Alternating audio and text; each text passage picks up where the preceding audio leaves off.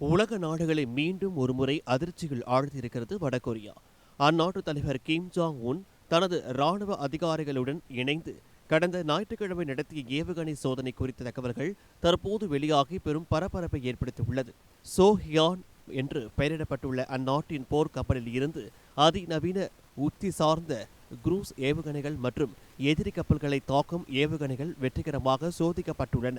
இந்த சோதனையின் முக்கிய நோக்கம் போர்க்கப்பலின் ஒருங்கிணைந்த ஆயுத கட்டளை அமைப்பை சரிபார்ப்பது, ஏவுகணை ஏதலில் வீரர்களுக்கு பயிற்சி அளிப்பது மற்றும் மேம்படுத்தப்பட்ட நேவிகேஷன் அமைப்பின் துல்லியத்தை உறுதிப்படுத்துவது என்று அந்நாட்டு ஊடகங்கள் தெரிவிக்கின்றன.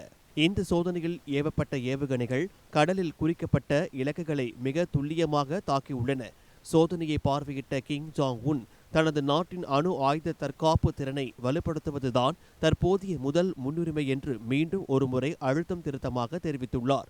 போர் ஏற்படும் பட்சத்தில் எவ்வித தாமதமும் இன்றி மின்னல் வேகத்தில் பதிலடி கொடுக்கும் திறனை மேம்படுத்த வேண்டும் என்றும் அவர் இராணுவ தளபதிகளுக்கு உத்தரவிட்டுள்ளார்.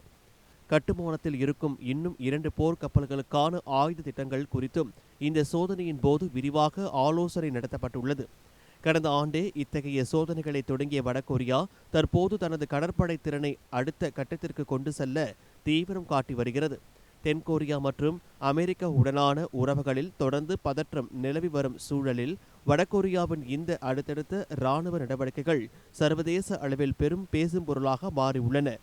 கிம் ஜாங் உன்னின் இந்த இராணுவ பலம் பிராந்திய அமைதியில் எத்தகைய தாக்கத்தை ஏற்படுத்தும் என்பதை பொறுத்திருந்துதான் பார்க்க வேண்டும். உங்கள் சத்யாவின் தமிழ் புத்தாண்டு சூப்பர் ஆஃபர்